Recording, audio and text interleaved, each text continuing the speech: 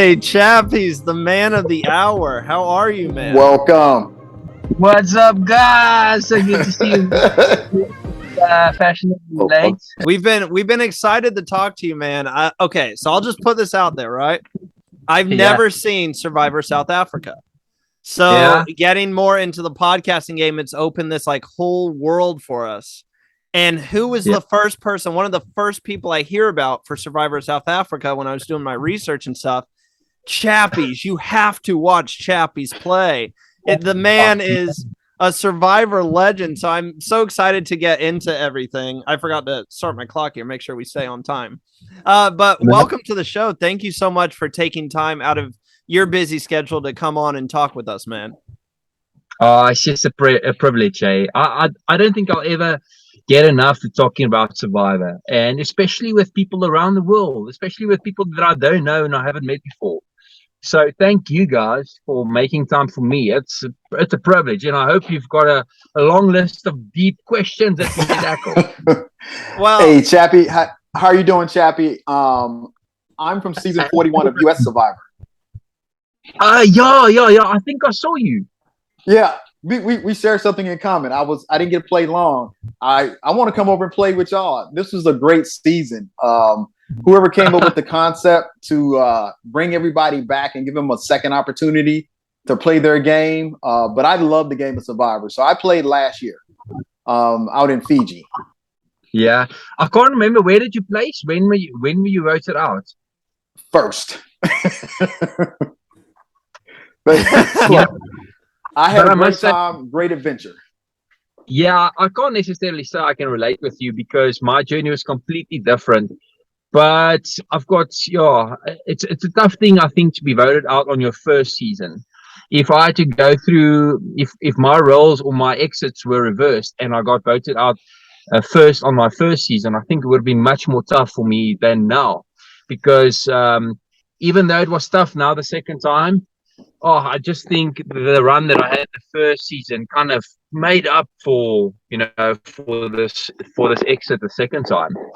Yeah, I think our season's in reverse. So when I go back the next time, I'll make the deep. You're run. Gonna make. I like that. That's the deep run. I do have to say, Chappies. Sorry, Bruce. No, you're all good. Go ahead, man. So I just want to ask. It's Abraham, right? Yes. I wanted to ask you, so what meaning did you find in your exits, and was it still meaningful for you? You know what? When you get that phone call and say that you've been selected to be on a show that you basically dreamed about being on, wanting to be a participant on, and then you get a chance to actually meet your fellow castaways, and you got to take time to appreciate what you got and not worry about, I got voted out, but I got to get everything else. And it's 18 of us on our season, 18 wonderful people. And you get to have those 18 people in your life for the rest of your life that you may have not got you may not have met them before, but because of the show, and we all had the same dream. We all wanted to be on Survivor. No matter if it's South Africa, no matter if it's Australia or US, you can't beat that experience to have somebody else make your dream come true. I'm like Did we lose Abraham there? Yes. Oh, there we go. I'm like the black sheep here. Like, I'm the person who hasn't been out there and played the game, and now I feel like when I go back out there, I'm going to be the first one eliminated. Now I'm nervous a little bit. But no, I do have to say, before we get into everything, Chappies, we love on this show to keep it really positive and start off with a positive thing. And I think the most positive thing I've seen came outside the game. And that's that Instagram video that you posted, the about 13-minute long one where you just sat down. It was beautiful. It was inspiring, saying how you saw your son's face, and that just, kind of took you out of the game, out of the mindset of why did they vote me out and all that. And the fact that the beautiful message of no matter what you do in life, whether you're first, you're last, wherever you finish, you win, you lose, whatever way you take that is what matters. It doesn't matter how other people see it. And that's a win for me, and I've said it since my previous season. So I don't know if you guys have watched it, or if you know where I placed, but I went quite far, and I didn't win the title, but I won the game, and not necessarily because I had a good run. I won the game when I lost when my ego broke down, and I realized you don't have to win the title to find value in life or to win the game. The moment you realize it's not about the outcome, you win. And I went in the second time with exactly the same mindset. And I feel if we can just approach every challenge we have in life like that, like it doesn't matter the outcome of this business. If it fails, it's still a win because I had the opportunity to do it. I learned some things, and now my probability of having a successful business the next time might be a bit better. But once again, it comes down to the freedom that we have to choose what our experiences mean for us. And I preached that in the previous season, and now I had to write the test. Life just brought this test in front of me and said, "Okay, you were preaching it. Now you got to walk the walk, my boy." Well, Get out there. it was a beautiful message, and I think it's that type of message, the inspiration that you give to all of us. I think that's what makes you one of the fan favorites. So I have to ask, I have to get into the game now and say, when you got that invite back, right, and you're going out there, you step out of the boat onto land, and you see Nico there. What emotions are going through your mind? You have to be, I mean, within the Okay. first 10 minutes and your confessional, I'm like, okay, this guy loves the game of Survivor, and I can tell it right away. I couldn't wait for Niku to ask me Chappies. He's like, Chappies. And I'm like, woo! And I kind of blow everyone's ears right next to me. But that's how I felt. I had to just express these emotions in some other way, because being back on and knowing how the previous time the experience was, and just knowing that there's a lot of unforeseen things that's laying ahead. It's like being thrown into a lucky packet once again, and you don't know what you're going to find. It's such a beautiful adventure, and I just had to express myself. So that's how I felt, the entire time before, when I put my feet on the sand. And yeah, even when my torch was snuffed, obviously then I was sad and had a lot of emotion. Yeah. I was so ecstatic. I think that's the right word. If I had to give you one word, out of my skin. And I did run naked on the first day. Just, You're a Survivor player when you're running naked on the island. that's supposed to be a tradition now, and because in my first time, the first day was a naked run. And then the second time, the first day is supposed to be a naked run, because it's like a freedom that you're expressing that you're there, We and didn't get that on our season. We didn't do that. Yeah, but you know what? You accept yourself, Abraham. Why don't you just take off them clothes and go for a skinny dip, boy? we shared a special moment where we had a chance to all as our first tribe to look at the Milky Way galaxy for the first time, because Fiji is pretty much, there's no light pollution, and we just kind of shared an experience that we're all here playing the game that we've always dreamed about. And you can't beat, if you can't accept that. I don't think, or take advantage of that part of it. Only one person can win Survivor, but everybody can win. But only one person is going to be given the crown of sole survivor. But I think that especially for our season, everybody's a winner in their own way. Just like you said, it's what you take out of it and you take back to your own life. And just on a deeper level, I found so much meaning in the entire experience, parallel to life. You having a chance in the game of Survivor is similar to you breathing now. You're having a chance in the game of life. You're going to go through some challenges. Some days you're going to be voted out first in the game of life. People are going to bully you. You're going to go through some struggles. But if you realize it's a privilege just to be here, it doesn't matter what the circumstances are, then you are winning. And I believe from there on, you can just you can radiate positive energy, and realizing that the little that you have now is enough. And I don't think we realize that often enough, People Um, always think I first got to reach, I've got to win the game before I'm satisfied. I've got to own this home before I'm satisfied, drive that vehicle. And then they miss all the beautiful things that's right in front of them, realizing that they're already winning. And then in their lives, they will never win because they'll die unfulfilled. Coming to a Blu-ray near you, the uncut version of Survivor South Africa, where we see Chappies running naked down the beach. See, that's the.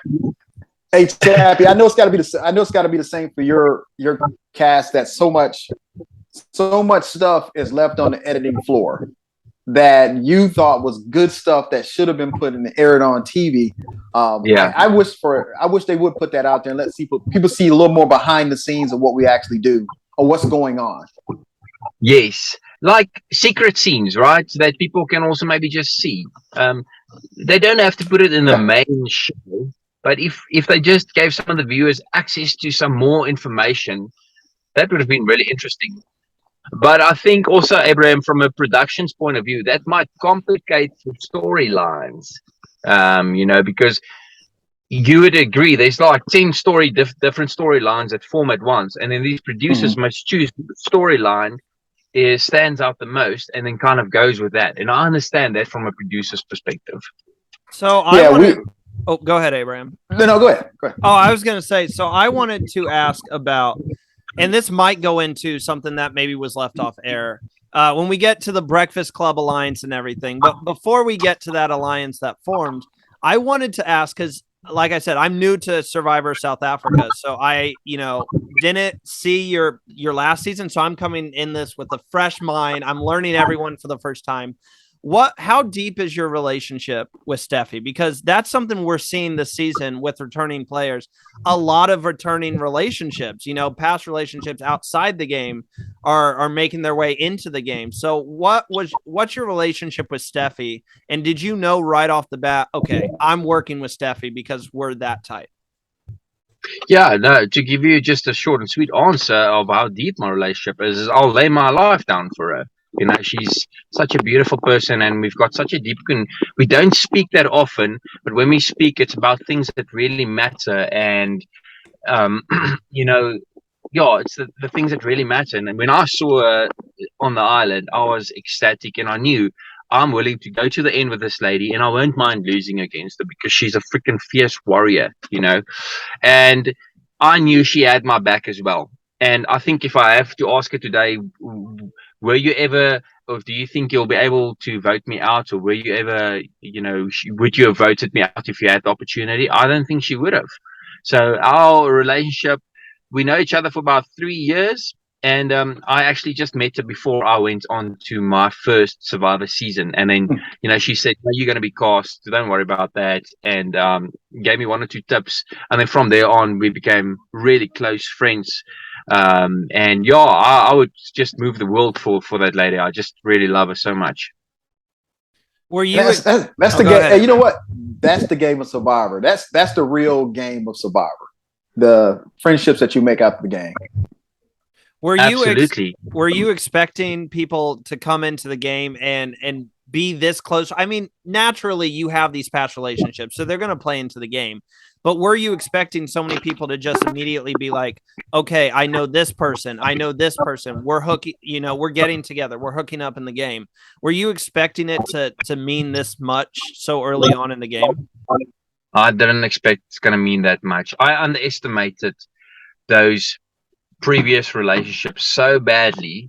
I knew of them, but now looking back, kind of, if I'm ever find myself in that situation again, if there's people that know each other and they're 3 in your tribe, you make sure you start gunning for them first because they're 3 numbers, And I've realized blood is thicker than water once again in this game, in the sense that if you know the person outside of the game, you guys are blood. And you must if one of the bloods want to backstab each other and they kind of giving that message around, there should be red flags because you're not necessarily going to go and stab your blood brother in the back. And that's what happened in the second time is that Marion at some stage said, no, we're going to vote Shane. And I was like, okay, but I know Marilyn and friends for like years. But then I thought, okay, maybe this is a weird possibility that's just becoming reality now for me to and paving out my way, you know. So I was blinded by my optimism, and I didn't realize what big of a role the previous relationships will play with these people going back into the game.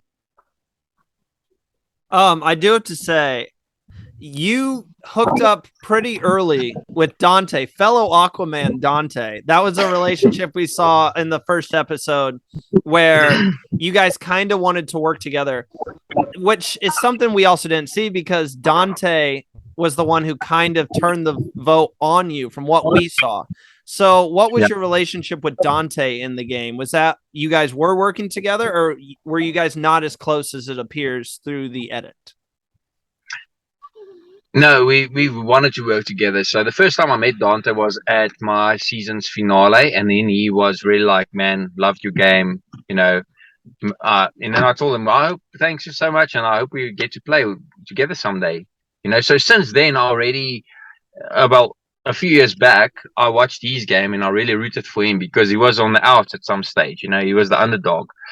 And then I told him that, and I said, maybe we'll be able to play together someday, you know. And then this opportunity arrived, and then we just have so many things in common and similarities that I thought we're going to make one massive team. You know, we might pull in a few nice Aquaman episodes, you know, and he's a meat shield for me. I'm a meat shield for him. So there's so many benefits of keeping each other around. And there was a really kind of a deep connection as well, where we had these deep chats around the fire. And, you know, I saw myself going far with Dante. He wasn't necessarily my number one. And ultimately, I think that's what he realized and played a majority role in his decision to vote me out. So I do want to turn the page to something that might have hurt your game, but I mean, you got to go for it. And that was the idol hunting. We saw these symbols on the bottom of all the trees, and you're not the only one who did it. You're the one who got caught, though. So middle of the night, you and Steffi are looking for the idol. How did that all get started? Were you just kind of like, hey, come over here, let's look for it? Or so what made you start looking for that idol on I think it was day 2, if I remember. Yeah. Jane actually pointed out to me that there's symbols on the trees because obviously they didn't find the idol. So now they're relaying this information, hoping that someone in their line finds it. And now I love to solve problems, and this was like such a trap for me because now if you go put like an equation there in front of me, I want to solve this, and I'm like, now my mind's running the whole place. I'm thinking there's 2 signs on 2 trees. What could that mean? And I've run through all the possibilities. I'm like, okay, the idol's either at one of the trees, or what's the other logical thing? It might be right in the middle. And now I kind of feel like, okay, now I figure it out, but now I've got to find that idol before someone else figures it out. And it's right. When you sleep on the ground and you hear the idol knocking here a few meters away from you, what are you? I know how you feel. I'm gonna sleep. Oh, give us the inside details. How long did you spend looking for the idol? How long do you think you were out there? Yes, so I dug a trench from one tree to another tree because I thought, listen, maybe if my degrees are out a little bit, I might miss it. So let me just dig a trench from the one side to the other side. And Steffi helped me search. But we were searching for about an hour. Yeah, about an hour and a half. And here's the strange thing.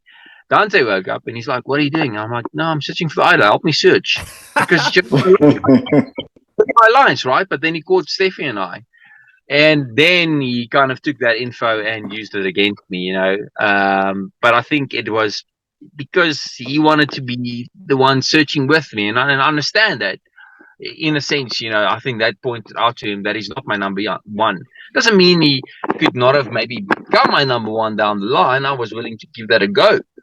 But Dante, no, he didn't want to take the chance. I mean, much respect because only Abraham fully understands this. But like, for people watching, it is dark out there, right? It's not, they don't give you a light here, Chappies. Let's give you light to help you look here. This is obviously we can see it because of the camera, but it is, from what I can imagine, pitch black out there. It is, and you don't necessarily know what you're taking. A lot of times I had tree roots in my hands, and I'm like, "Is this the idol?" And like, no. Then a stone. So maybe I had that idol in my hand. I didn't even know. I put it back there, and I just buried it again. You never know. The only person that could see was the camera guy with the night vision. It looks on TV, it looks like it's well lit and everybody can see. But in actuality, nobody can see except for the camera guy. And absolutely not. They don't help you out either. It's not like, hey, camera guy, how about you help us out and kind of point this thing out to me? Yeah, you could be centimeters away, and if you miss it, they like, they don't tell you.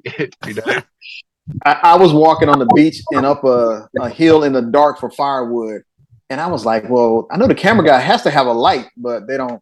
They just sit there and film. They don't talk to us, anything. So it's an interesting concept that you are really on the game of Survivor. So, and it's also strange how your body adapts to the night and day, Abraham. You like when the sun sets, you're almost preparing to go to bed. We said the same thing.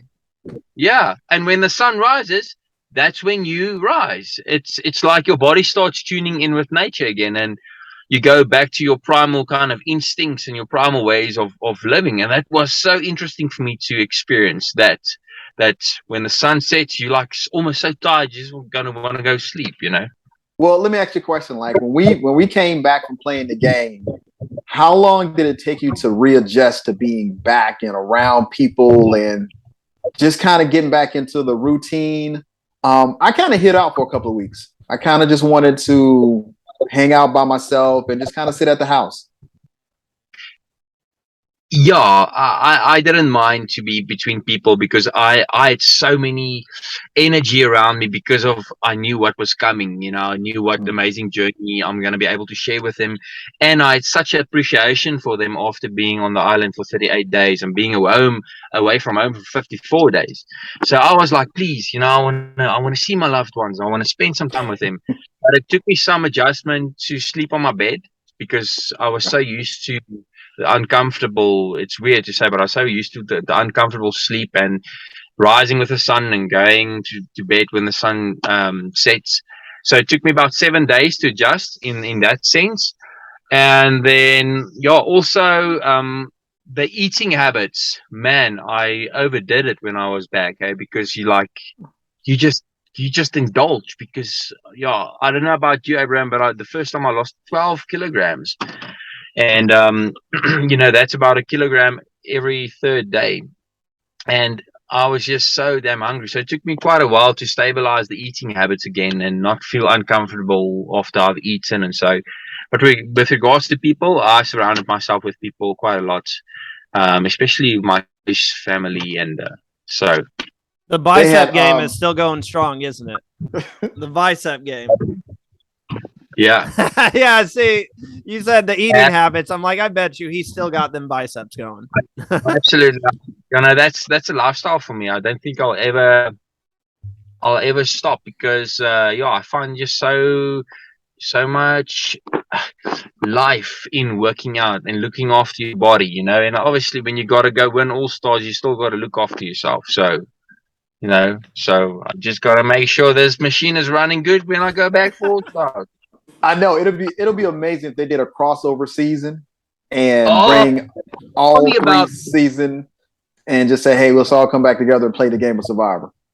Abraham, it's bound to happen. I think about 3-4 years ago, the probability wasn't that high, but now that the international versions are really all at a very, very good standard, and we get players in all other countries that's like you get Australian players that's known in South Africa. You get South African players that's known in US, so now this cross-pollination is starting to happen. And it raises I think it might be a very creative concept. So the first producer that's going to be able to make this happen, I think the Australians Australians already started to do this by bringing what's her back, Sarah, Oh, right? Sarah. Yeah, they brought it. Yeah, Nina and her mom came over and played. Yes, like they are doing it the right thing. They're already testing the waters, and it's working out because they're doing it over and over.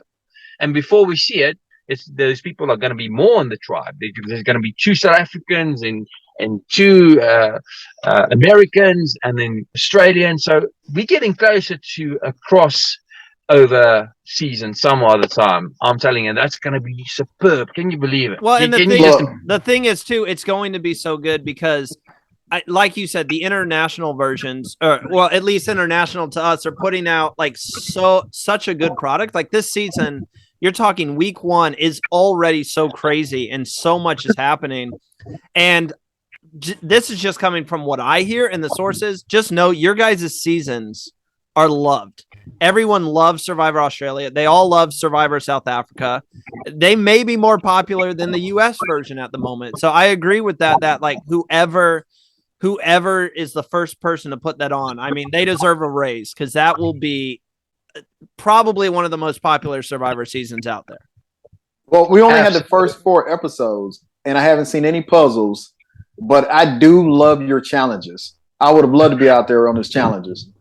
Oh, yes, Abraham. No, thank you. I think our production team and the challenge team, they just take it next level. And what I love about them is every year they scale up. And not like the previous time, 2 or 3 years ago, I would not have said that our challenges were on international level, but now I think it's almost surpassing it or matching it. Look, your challenge is outstanding. I looked at the challenge when you had to go in the water and you had to drag it. I was like, wait a minute, they got to figure out how to drag them back. Let me tell you something. Yeah, and it looks like it's exhausting.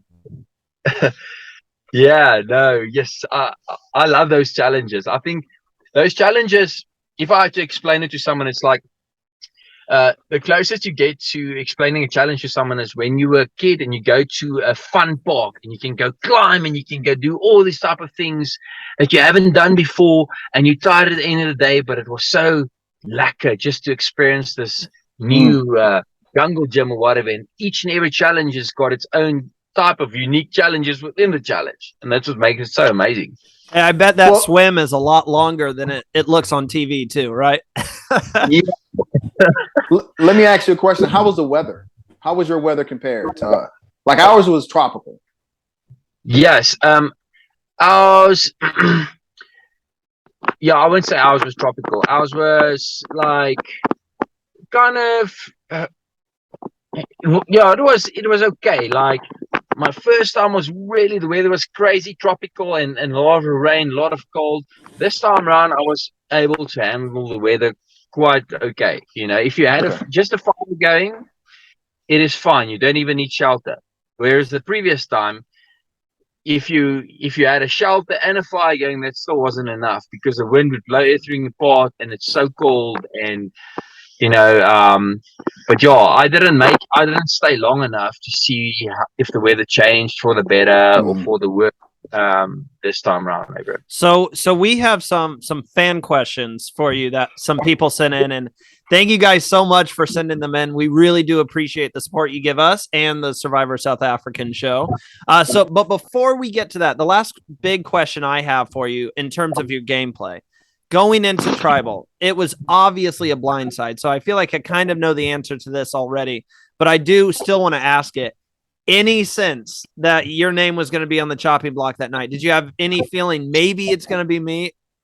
0-0-0. I was so confident. I was so blinded by my optimism that I thought, listen, the only people who's going to be on the chopping block tonight is Shane, PK, and Dante. But mostly Shane, and because Shane wanted to vote Dante, and then I knew we're all voting for Shane. That's what I thought. So seeing my name the first time already set off alarm bells. I'm like, this feeling is familiar to my previous blindsides that I've experienced in my season. Not where I necessarily got blindsided by, but one of my alliance members got blindsided, and I got blindsided with them in that sense. And then it comes up the second time, and then the third time, and it's like it just keeps building. And as as the names come up, your name comes up 1 or 2 or 3 or 4 times, you just sink deeper into this dream state, surreal state where you're like, doesn't make sense. No. And, I think it's your mind trying to make sense of what's going on. And you also can't believe that you've been fooled to that extent. And it was an absolute shock. It was the biggest blindside of my life in the game. Definitely. And in that, I'm also grateful that I can say, no, it feels to be blindsided like that. Not just anybody. Shane had his bag literally in his hand, so he thought he was like, even while he's reading the votes, I was thinking about this. I'm like, does Chappies maybe still think, okay, they're just using me as a pawn here, or was it like, did you think that like you were just being used for a pawn, or did you think you saw your name and you're like, okay, I'm going home tonight? Because that's what Shane felt. The moment I saw it getting closer between Shane and I, that it's Shane, Chappies, Chappies, I'm like, no, just the fact that I didn't know that I'm the dummy means that I am actually the target, and then I almost I expected to go home that night when I started seeing my name for the third time, like 99%. 99%. I hoped it was Shane and I would just want to tap him on the back, but I was like, no, but it's most probably you going home. Well, you left with such a positive attitude, and that's something that's one of my favorite parts about your game, man. Seeing you play for the first time, and I've already said it, the positive outlook you have towards life is a beautiful thing, because Abraham and I have talked about it. People can leave this game and be so petty, but yes, the money's nice, but what you really get from this game is the memories, the experience, the friendships you get. Like, it's a game and that's what makes it so special for me as a fan. It's a game that literally changes your life. It does something that not a lot of other things can do. It changes your life. And before I let you make your like closing comment here about that, before we get to the fan questions, I have a quote here. This is what you said after being voted out. It's all right to be blindsided, to be the first one out. It doesn't make you any less of a human being, doesn't make you any less of a player. That is a message that should be posted for all future Survivor players or future returnees. It's beautiful. It's beautiful, man. Thanks, man. No, that was just the heart speaking. I was crying like, and just led over to the heart and trying to find meaning then already. But that was just the heart speaking. But thank you so much. Just hearing those words take me back in a good way and make me want to just experience those emotions again. So yeah, thanks so much. And I know you're a man of the people, so we can finally get to the questions you guys sent in. We'll ask a few of these here before we let Chappies go. So first off, Tammy, we kind of already talked about this, but Tammy asked, would you ever play Survivor Australia if they gave you the call to go over there? Absolutely, yeah. Them Australians, come on, boys. Why aren't you watching yet? Come on, Mike. Let me show you them Leppy power over the challenges and show you how it's done. Hey, we're gonna make a petition to get Chappies on as the first South African Australian player. Yeah, that would be amazing. See, that goes off of like the international. It'd be perfect. Nathan just asked number one Survivor, so I'm guessing he's just saying you're the number one Survivor player. You're his favorite player, but I kind of evolved that into, if you could go and play with anybody from the US season or the Australian season or someone from your own that you have not played with, which Survivor player would you want to play with? Yo, there is a few, but the first guy that comes to mind is one of the most popular guys in USA. It's Mr. Tony Bloodshorse, and it's probably because I've taken so many tips from his gameplay, not just his gameplay, but the energy he radiates when he gives confessions, and I will never forget that. It's like when I saw him, I watched these seasons. I couldn't wait for him to give confessions because I'm like, this guy makes the confessions look fun. I want to hear him speak. Give me more Tony, And so I really admire him for that. And there's just obviously he's thinking out of the box with the things that he did. That's Tony from the USA version, and then from Australia, I would. there's also so many people. Luke Toki, I just love Luke Toki's energy. He definitely comes to mind. I don't know if you know Luke Toki, Randy. Yeah. Yep. King of the jungle. Yeah. King of the jungle, having fun, knowing that it's a game, and there just to enjoy it for what it is. And then a recent guy is Mr. George from Bankstown, which is also it's a completely different game to what I played, but it's someone that I would love to play with because I can see us having some synergies and going quite far together. Last question. Go ahead, Abraham. Hold on. I say one good thing is that no matter if you played U.S., South Africa, or Australia, we're all in the same Survivor family. Yeah. So it's a great experience or to you're live just through a fan. your experience. One of I think altogether in all the franchises in the world, we're 1,000 people that experience this. 1,000 people out of 7 billion, and that's why people want to go and experience this so badly because it's such a small group of people that will ever get the opportunity to experience it even once. I know. I get excited when I meet other castaways from previous seasons. I got a chance to talk to some in California doing one of season 42's finale, and you like, hey, I just got a quick question. I'm like, wait a minute, I've been on Survivor too, and they want to meet you, but I want to meet them. So it's always kind of fun to do that.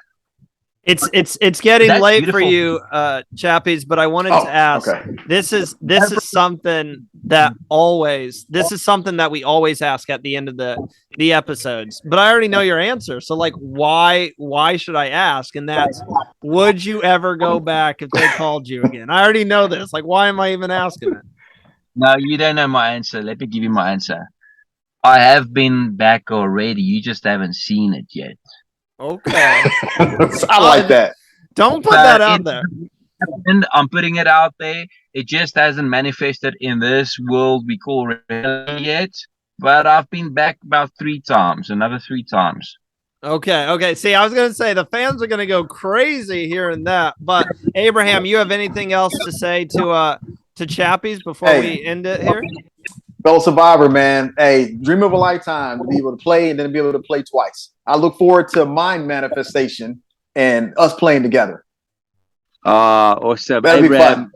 I would just say the energy that you have is so warm, and so you've got a light around you, within you, and this, I can feel this loving energy radiating just in the way you speak and the way you freaking are. And I can see, wherever you are, you're making a difference. And just the fact that you handled your exit like you did as well. I mean, bro, you've won the game. I had a great time. Thank you. Hey, thank you. And you too. Thank you. Chappies, we've been known to talk to people. We say, like, we'll do this interview and we'll set it for like 30 minutes and then we go for like an hour and a half. So first off, I want to thank you so much for taking time to join us. And if you ever want to come back on the show, man, we would love to do a deeper dive with you and just talk Survivor. I imagine we could talk Survivor for hours with you, man.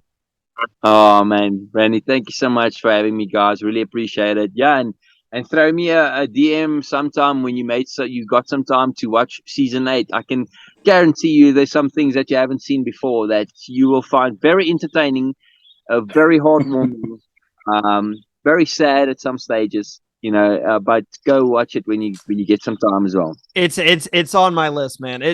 Thank you so much again for joining us. We'll let you get to the rest of your evening and stay in touch, Chappies. Gentlemen, have a good one. Over and out.